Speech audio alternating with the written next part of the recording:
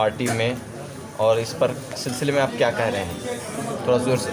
अस्सलाम वालेकुम वरहमतुल्लाहि वबरकातुहू।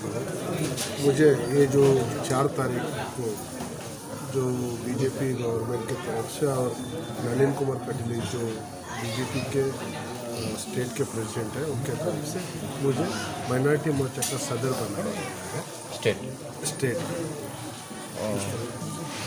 तो क्या कैसे देखते हैं आप इस जिम्मेदारी को, और क्या कोशिश रहेगी आपकी? इसके पहले मैं जनरल सेक्रेटरी था, अभी उससे भी ज़्यादा बढ़कर मुझे सदर का एक पोस्ट दिया गया है।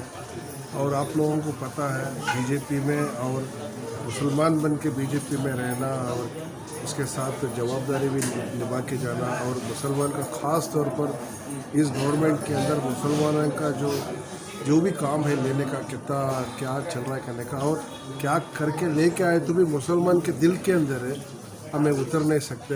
वो जो गवर्नमेंट और मुसलमान के बीच में एक ब्रिज के बनने के हमें काम करना चाहिए, करने की कोशिश कर रहे हैं।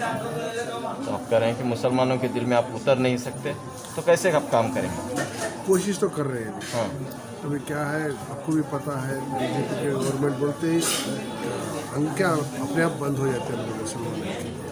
फिर भी हमें, अभी मैं जब कॉर्पोरेशन में इलेक्शन लड़ा, पूरे बेंगलुरु के अंदर हाईएस्ट लीड में मुझे जिताया गया। मुसलमानों ने बीजेपी को जिताया गया, मुझे जिताया गया। फिर भी हमें 5 साल इतना काम करके उनको जीतने के, उनका दिल जीतने के बाद उन्होंने भी मेरे साथ में है, और आजू बाजू के कॉन्स्टिट्यूंसी वाले भी मेरे साथ में है। और ऐसा ही सभी बेंगलुरु के अंदर जितने भी ये दरगाह हैं, औकाफ के जितने भी प्रॉपर्टीज़ है, और मुसलमान का कितना भी परेशानियाँ हैं, ये सभी दूर करना, और KMDC के जितने भी फंड सभी रिलीज़ होने का है, ये काम सभी हमें बहुत जल्द से जल्द हमें उसके ऊपर ध्यान